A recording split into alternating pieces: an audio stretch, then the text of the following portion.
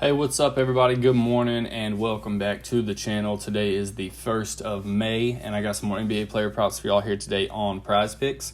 If you guys are new to PrizePicks, continue to use this promo code right here down below. Keep showing the love, get yourself signed up, and get that first deposit instantly matched up to $100. All right, guys, so I do apologize I didn't get a video out yesterday. I ended up spending the day with family. I expected to be back home in front of the computer at some point, but it just didn't work out. So, spent some time with some family yesterday. Hopefully you were all able to take advantage of the Steph Curry's free square. I did not. I had to make two impulse plays. I didn't get a chance to look at the board and dissect at all. I just split it up into two picks because there's like a $20 cap, so I just kind of bullshit around and just put in two $10 plays, try to make a quick $30 to $60. Paired it with De'Aaron Fox's fantasy, and I figured if he didn't go over, then Malik Monk would. And guess what? Neither one of them went over, so sucks to be me. But it is what it is. On to today. It ain't nothing but a thing. So today we got two games. We got game 1 of Philly at Boston and game 2 of Phoenix at Denver. I did find one play that I like from each team, and a couple teams I found a couple plays. We'll just go over all of them real quick. But first one, we'll start with Philly at Boston. 213 over under Boston by 10. This game could get ugly in favor of Boston because Joel Embiid is doubtful. I know it's still a game time decision. Usually these doubtful game time decisions don't pan out with the player end up playing. So Philly, and my Philly play is banking on the fact that Joel Embiid will not play. If he does, I really don't like it as much. But if he doesn't, I love it.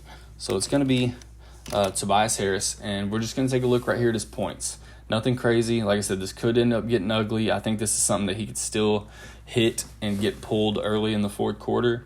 But it's going to be over his 16.5 points.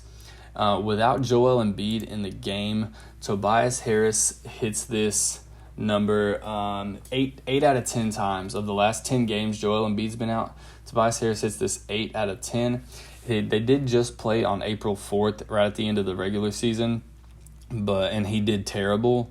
But just about everybody did terrible that game except for Joel Embiid because he dropped like 52 points. Harden dropped 20, but besides that, barely anybody even got into double-digit points, period. So, but like I said, we've got to look at the situational basketball. The situation right now is Joel Embiid probably will not play, and if that is the case, I love the spot for Tobias Harris, and the line probably should bump, maybe just by a point or so. But anyways, that's going to be the first pick. Tobias Harris over his 16.5 points as long as Joel Embiid is out. And if you guys want to wait until it's confirmed that he's out, I don't blame you. Like I said, I would just hate for the line to bump to something that isn't as comfortable. So I'm gonna go ahead and just get it in right here. If Joel Embiid does play, I don't mind just taking this one with a grain of salt. So other side of the ball, we're gonna go take a look at Boston. Gonna take a look at old Broggy, and it's gonna be Malcolm Brogdon. I like his 19.5 PRA right here. He hits this in not only his last 5, but he hits this in 9 of his last 10 games. He plays the Sixers 4 times this year. As you can see right here, his last 10 games. Goes over it in the 20s every time, only under it once, and that was in Game 1 versus Atlanta. But Malcolm Brogdon plays the Sixers 4 times this year and hits this number 3 times, clears this line 3 out of 4 times this year. Like I said, this could potentially be a blowout, which I don't mind that at all. That because he's not a starter, right? So with him not being a starter and coming off the bench, I don't mind a blowout because he should see a few more minutes than usual. But even if not, even if it's close, we've been seeing him get 25 to 30 minutes. I would be careful if you're trying to take an over on any starters for a full game. Maybe look at first half, but just be careful because this game could get a little ugly. So there's that. So that's going to be the first two for that game, Tobias Harris and Malcolm Brogdon. Now for the next game, we take a look at Phoenix traveling over to Denver for game 2. Denver was able to capture game 1 in this series. Jamal Murray, outstanding job. And let's just get into it. 227 over under, Denver by 4.5. Okay, so here we go. For Phoenix's side, it's going to be one that I made some money on last time, and I think it happens again. It's going to be in the first half category, and it's going to be CP3 and we're going to be looking at his 12 PRA, taking the under here. I really don't mind the under on the points either, but I'm going to be taking under on the PRA, the 12 first half PRA. So he hasn't cleared this number in his last 7 games. Last time he did was 8 games ago against the Spurs. In game 1 of this series, he only puts up 6 PRA.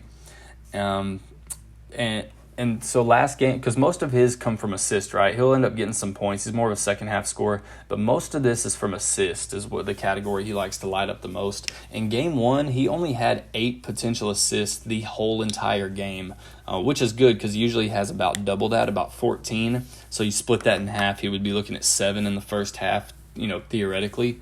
But he only had 8 potential assists the entire last game in game 1. So you split that in half. Let's say he gets 3, 4, maybe 5 in the first half. I don't think he's scoring 7 points or grabbing a few boards. I like this. Like I said, I cashed on it on game 1. Went ahead and took it, cashed. He barely got half of this. Now, I do want to caution everyone. He's played Denver 4 times this year. He goes over this once with 14, I believe, pushes it twice, and goes under once. So he's about shooting right at 50% on either a push, an over, or an under. You could go either way, but like I said, the most recent receipt we have, he barely gets half of this. So I don't mind this right here at all. I like this. I think Jamal Murray's been playing well. He should be guarding him, either him or Michael Porter Jr.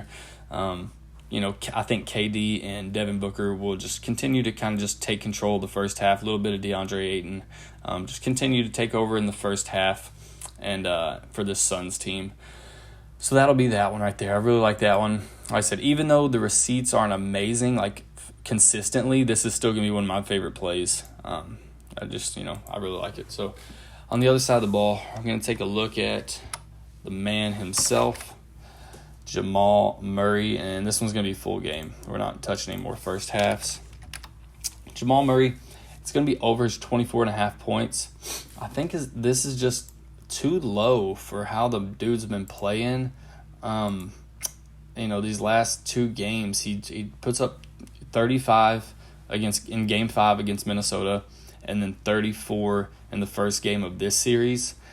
If the line was at 28 or 29, that's different, but the dude's cleared it by 10 or more. So I just think until he proves us otherwise, this is enough of a cushion right here for him to have a little worse of a game than last time and still look at hitting this number. He's averaging, in the postseason this year, he's averaging 21 shots a game. So, that's all we want, right? All we want is shots, shot volume whenever we're taking a points and over on points. We just want shot volume. And he's been giving us that, averaging 21 field goal attempts per game in the postseason. So give me Jamal Murray right here to go over his points until he proves us wrong. Dude's just been on too much of a heater. I don't even mind his fantasy score. It's just a little high. If it was at 40 or 39.5, that would be good. But even you see the last couple games. In game 1, 56.5. So actually, I didn't even realize that was that high. So I don't mind taking that either. I'm gonna stick with just the points. So give me the points on him. And so that's the 4 plays right there, my one favorite from each team. A couple more for Denver, though, that I really like. Just if you're trying to throw these in somewhere else. I don't mind Joker's rebounds, the over on 13.5. I don't mind it. I almost threw it in here as an official play on the slip.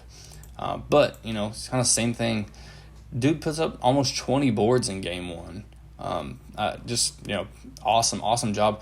Had a really big game 5 against Minnesota there, 17 boards. So I don't mind the over on his boards, maybe even his rebounds and assists we see in game 1.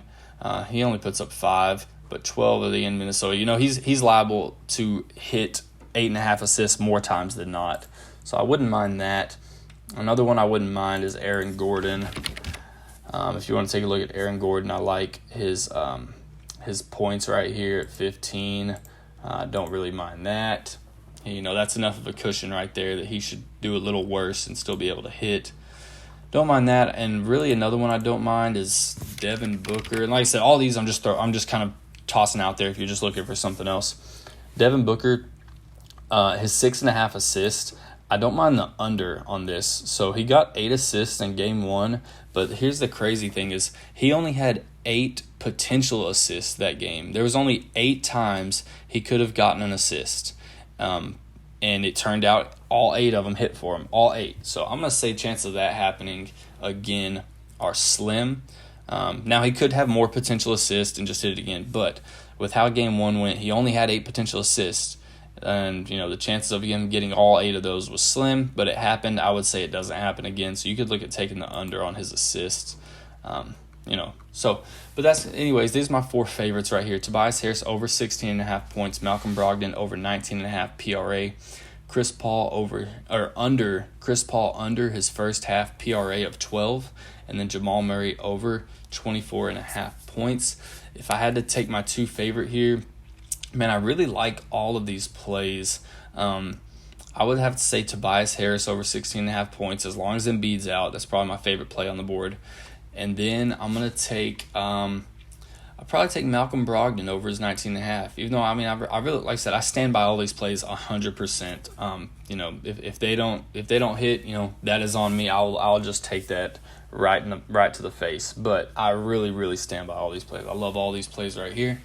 Favorite 2 are probably in game 1, Tobias Harris, Malcolm Brogdon. So, like I said, just because Embiid's out and the game could get out of hand, so that would favor Malcolm Brogdon. So, that's going to be it right there, guys. Anyways, like I said, it's good to be back. Sorry I missed the day yesterday. I told y'all from the get-go of this channel that wouldn't happen, and it happened. So, I do apologize for that. But, we're back on it, back to it. Won't let it happen again. And, slap a sub to the channel if you're new here. Let me know your lock of the day in the comments. Slap a like on the video. And let's get back to making some money, guys, later.